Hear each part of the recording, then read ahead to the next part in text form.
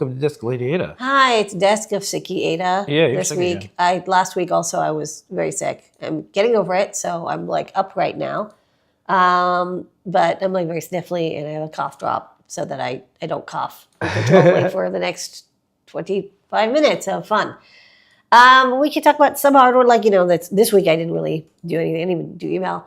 But I did get some stuff done the previous week, which I can catch up on. So the first thing is we've got Fruit Jam Rev C here. So go to the overhead. We have a new overhead. We're trying this out. We're trying this out. Trying it out. It's going to be a little shaky because it's on this other little table, but Ladyada's going to stabilize it. Do the best we can here.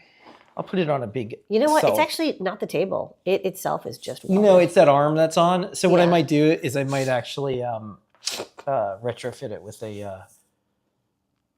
Yeah, it's just the arm. Yeah, because there's like this joint. The other one just has a better joint. Yeah. Okay, so it's on autofocus. Maybe I can hit F. Is that like firm focus? I think so. I think if you keep it at, if we eventually just keep it at one level, I think that'll be the best way to do it. Yeah, I mean, now the lighting is quite good.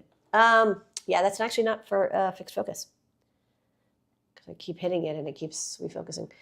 Okay, so this is Rev C, which is I made.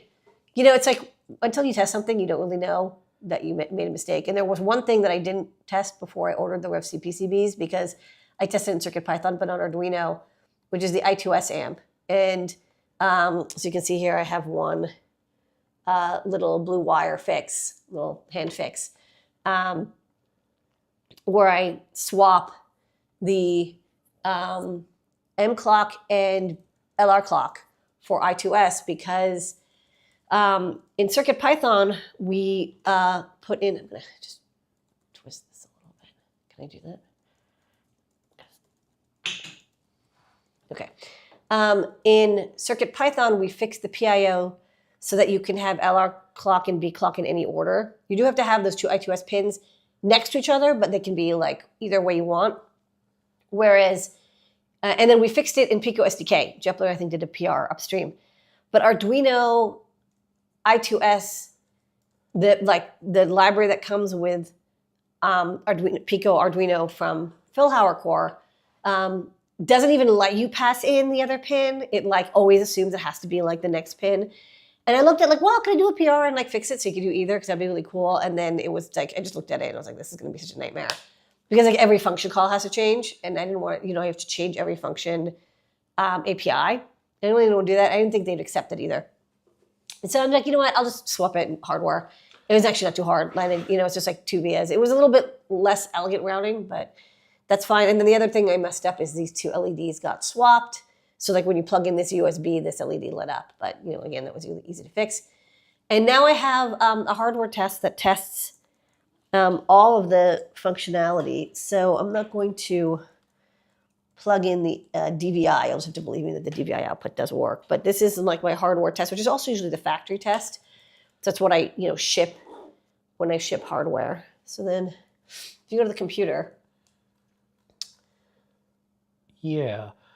When you go, okay, it works. Okay, great. Okay. So this is the DVI test, and it includes, all of the hardware support.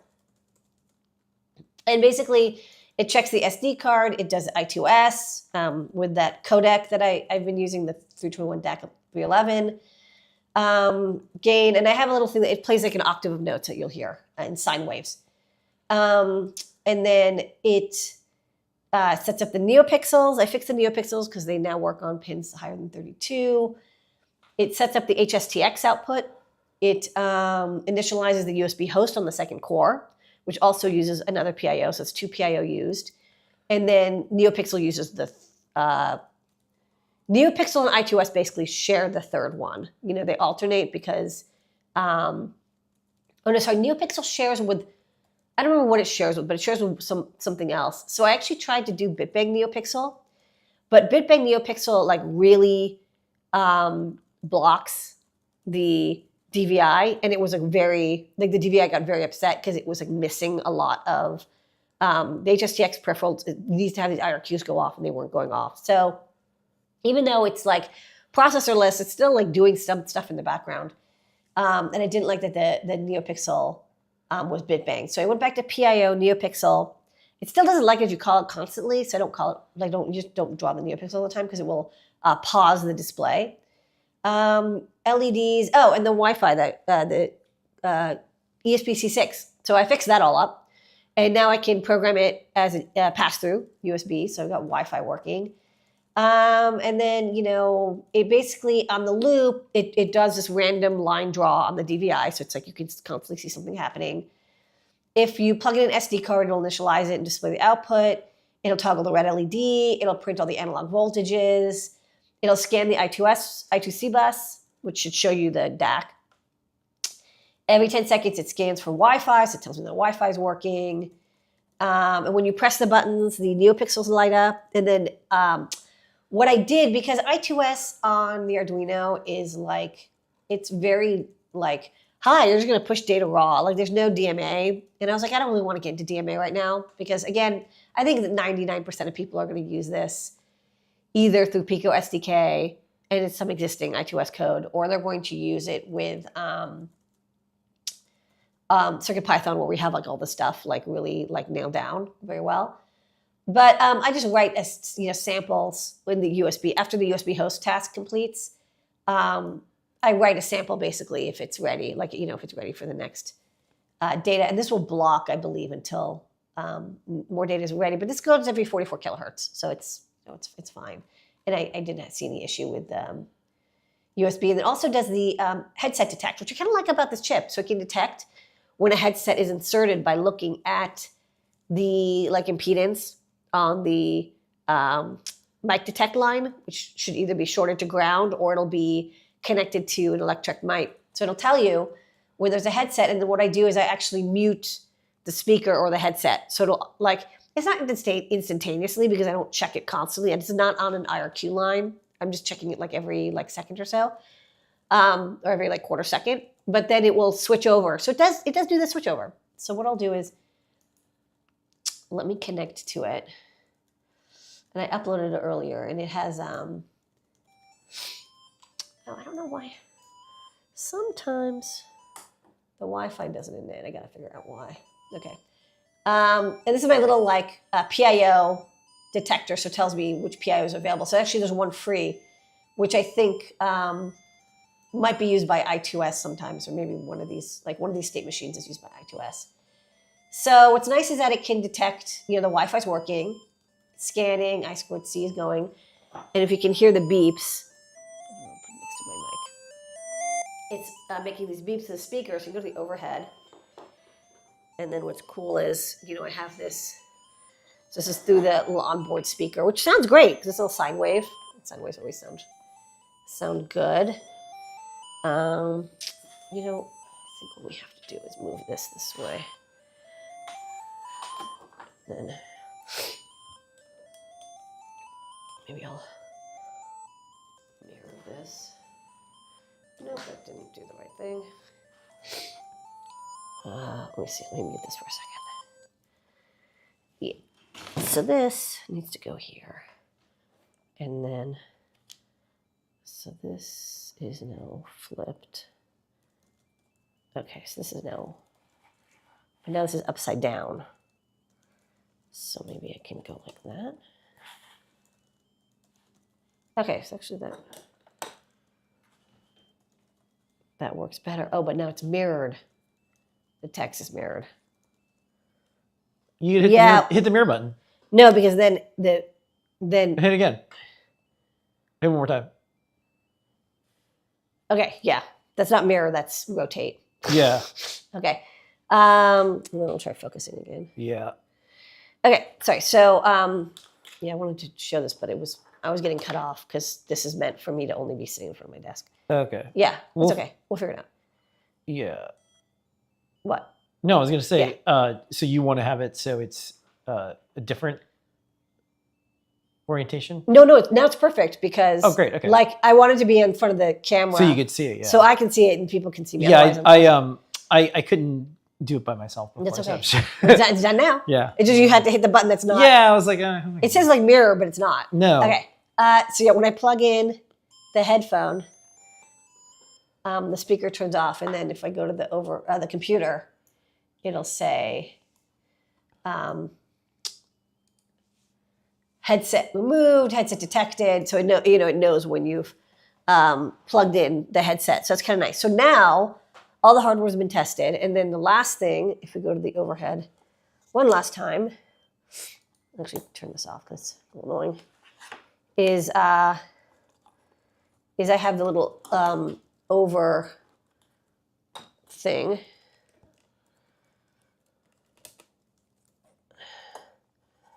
Which the speaker, I'm going to use the speaker with a longer cable because this cable is a little bit too short. But it does fit over. I have to just get out of the debug port. It fits over kind of nicely. The only thing is that I didn't measure the buttons in the middle. I measured them at the top. And so these, like, this presses, but the reset button is too tight because it's a little bit, I don't know if you can see it, but it's like a little bit too, it's a little bit twisted there. See, so I have to, so it doesn't sit flat. So I have to make those holes bigger. But otherwise, it's like you can get to the debug port, you can get to the socket pins, the on-off is still accessible. And then I tried to make this little light through. It's very bright here, but you can see when I turn on and off the light, and then an IR input, and then like the labeled outputs. So this is all, and this is a systemic UT port, USB port. So that's all good. So I have to put the standoffs on here. I have to measure how tall to make the standoffs. But then otherwise, I just have to enlarge these holes. And this is pretty much ready to go. So I can actually, book these PCBs and get them into the shop really soon. Maybe I'll put the Fruit Jam logo like here or something. And that's it. So the board's actually done, which is, pretty cool. All right. So how much time do I have? Well, we're at the 13-minute mark right now. Okay. All right. I'll just show some quick stuff on the computer. Okay, let's do it. Okay. That was overhead fun. Yeah. Learned a lot. All good. We're always optimizing. We never sit still. Okay. Like that. Let's see. Okay, so let's go to. I did an update to Sparkle Motion.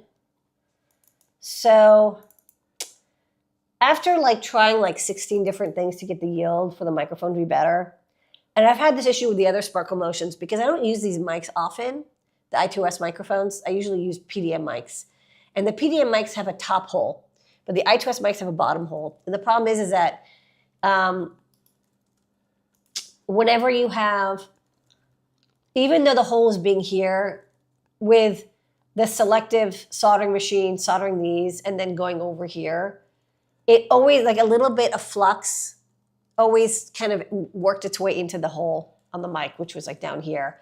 And no matter how I can, I fixed this on the ESP32 Mini by flipping it. Basically, there's no way to avoid. I mean, you can tape it down, but people forget to tape it, and sometimes the tape comes loose.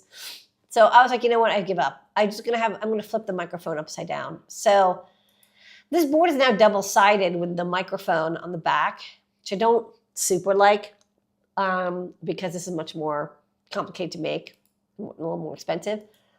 But we were reworking every microphone, which is a total pain in the ass. I don't want to do that anymore. So, the upshot is it's, despite the cost and complexity of a double-sided board, there's no I2S microphones with a top port. And PDM mics aren't really supported in WLED. So my hands were kind of tied here. That's okay. So that got done. And then I got the, you can go to the overhead again. I'll show the last 3 breakouts and we'll move on. Anyway, search before we get too flummy. Okay. So.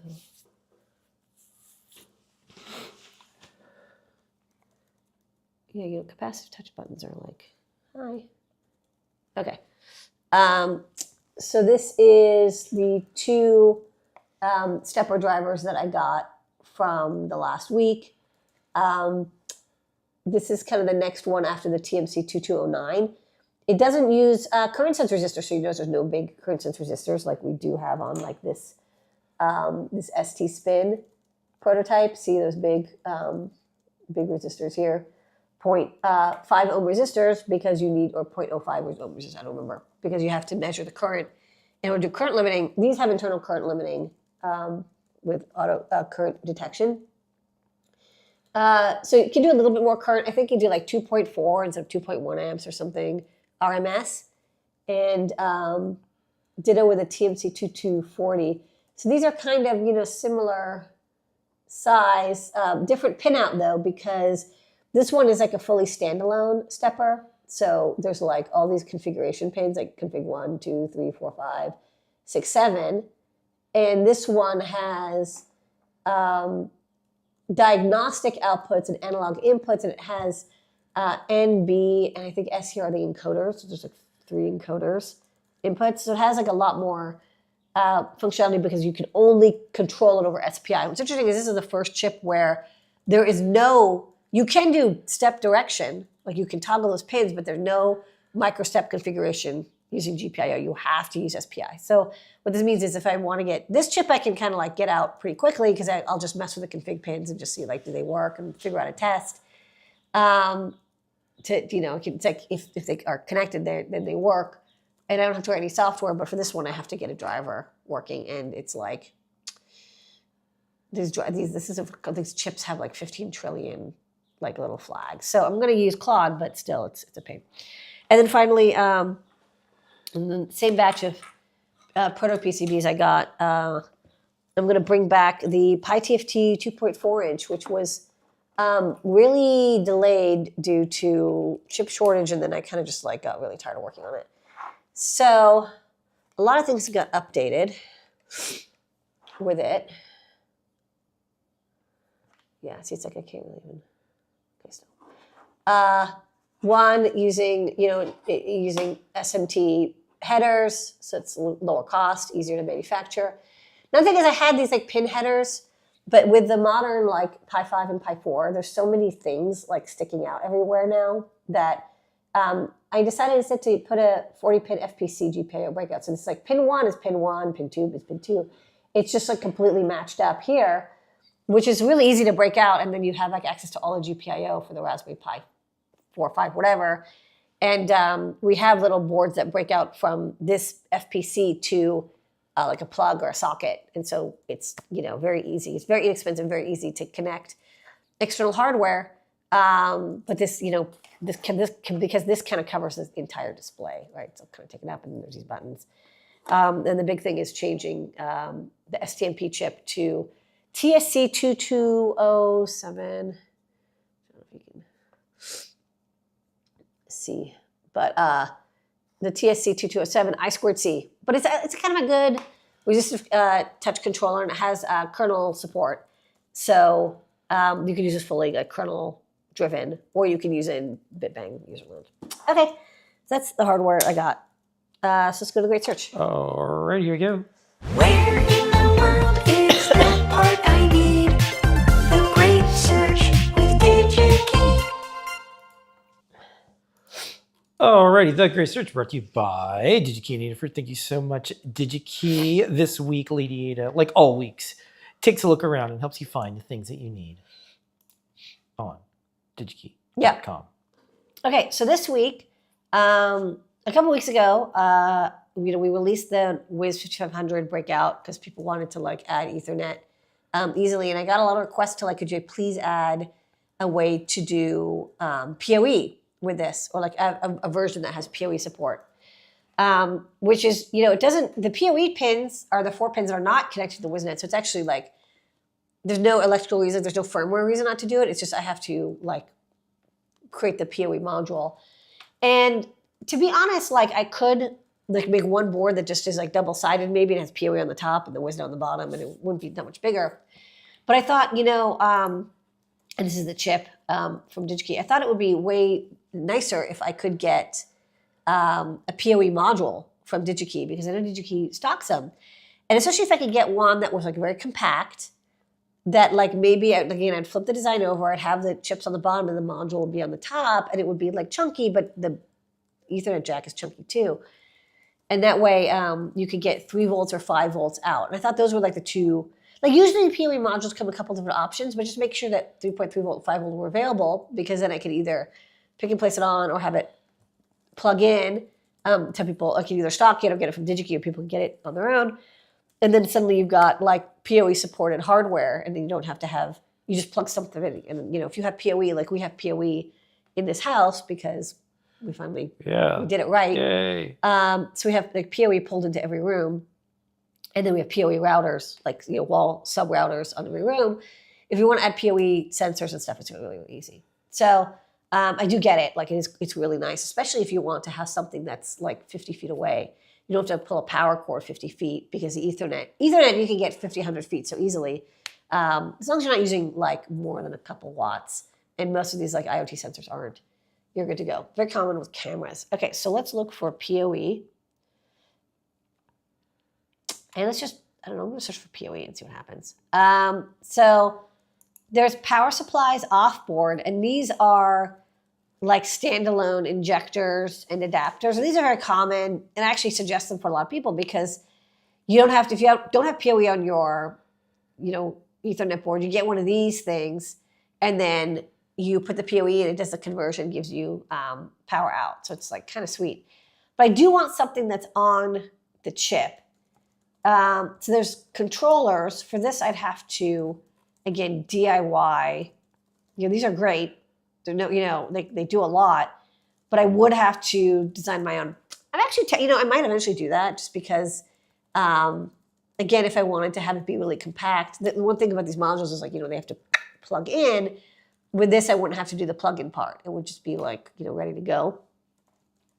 And there's a lot of options, and they're not too expensive. So, maybe a future Great Search will show like designing a PoE adapter and like have a little open source PoE module that you can then, copy and paste.